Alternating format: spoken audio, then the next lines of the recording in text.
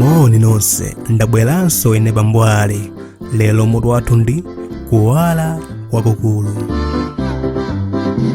Lelo tiphunzira kuti kupembeza ndiko kusangalala pamaso pa Mulungu.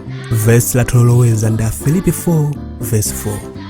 Kondwerani mwa Ambuye nthawi zonse, ndibwerezanso kutelo kondwerani. Kodi munayamba mutagonapo panja? Kugona panja kumasangalatsa ngati kuli mwezi kapena ngati muli ndi choonekera chabwino, chifukwa mumdima mmachititsa mantha. Tsiku lina ophunzira atatu a Yesu adaonapo kuwala kwakukulu usiku. Kodi mukuganiza kuti wadachita mantha? Tsiku lina chakumadzulo ophunzira akonzekera kuti azipumula, Yesu adauza Petro, Yakobo ndi Yohane kuti tiyeni tipite limodzi ku phiri. Ndipo iye adatsogolera anzake atatuwa kupita pamwamba pa phiri lapafupi. Ophunzira awo mwina amadabwa chifukwa chiyani Yesu adasankha kukwera phiri nthawi yogona. Mwinanso amadabwa kuti chifukwa chiyani wasankha anthu atatu okha. Koma posakhalisa adamuyang'anisisa Yesu. Adayiwala zomwe amaganiza pamene adamuona iye akusandulika pamaso pawo. Kuwala kuchokera kumwamba kudawalira pa Yesu. Nkhope yake idawala monga kuwala kwa dzuwa likamawalira pa galasi.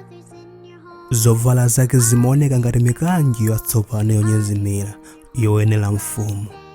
Kuwalako kudali kwakukulu kotero kuti ophunzira atatuwo sadathe kuyenda. Kenako adaona amuna awiri, nawonso akuwala kwambiri atayima ndi Yesu. Nkutheka wina adali atatenga chikwama chachikopa monga momwe Eliya ankanyamulira. Nkuthekanso wina adanyamula ndodo monga Mose ankachitira pamene adali kutsogolera Israeli kuwoloka nyanja yofiira. Eliya? Mose? Ophunzira adayankhula modabwa. Kenako adadziwa Mose akayika kuti Eliya ndi Mose adabwera kudzalimbikitsa Yesu. Ndi chinthu chachilendo komanso chodabwitsa chomwe chimachitika. Zinkaoneka zabwino kwambiri kuti zisakhale zoona.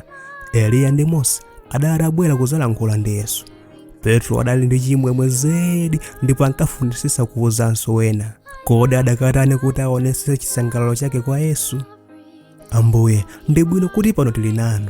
Mawu a Petro adali ozaza ndi chisangalalo. Mufuna kuti timange misasa itatu? Umodzi wa inu, wina wa Eliya, ndi winanso wa Mose? Nthawi yomweyo mtambo wowala udawaphimba onse. Mtambo unkaoneka wowala ngati kunyezimira kwa madamu ndi zikwizikwi.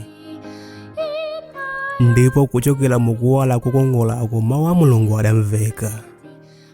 Uyu ndiye mwana wanga wokondedwa, mwa iye ndikondwera, mverani iye. Mawu adali akulu komanso amphamvu, ndipo adagwedeza phirilo. Ophunzira atatu aja adagwetsa nkhope zawo pansi. Iwo mwina amaganiza kuti wochimwa ngati ife sitiyenera kupezeka pamaso pa Mulungu. Ndipo monga munthu aliyense akadachitira, adatseka maso awo mwamphamvu. Kodi chingachitike ndi chiyani pamaso pa Mulungu wawo woyera? Kenako adangozindikira Yesu akwakhuza iwo modekha. Dzukani, palibe choti muope. Petro, Yakobo ndi Yohane adakhala tsonga ndi kuyang'anayang'ana. Mose ndi Eliya adali atapita. Kuwala kudali kutazilala. Yesu adali kuwawuza iwo kuti ayende naye limodzi kusika phiri. Koma mwina ophunzira adambe kukambirana za zomwe adaziona. Koma Yesu adawuza kuti asakambe za izo. Musawuza aliyense zomwe mwaona, kufikira Mwana wa Munthu ataukitsidwa kwa akufa. Akubwerera kukakumana ndi ophunzira enawo, adamufunsa Yesu mafunso ambiri. Iye adawafotokozera zina mwa zinthu zomwe sadazimvetse. Moyo wawo wonse sazayiwala konse ulemerero omwe adawuona nthawiyo. Iwo azakumbukirabe nthawi zonse chisangalalo ndi mantha omwe adali nawo. Sadzayiwala kuti adakhalapo pamaso pa Mulungu.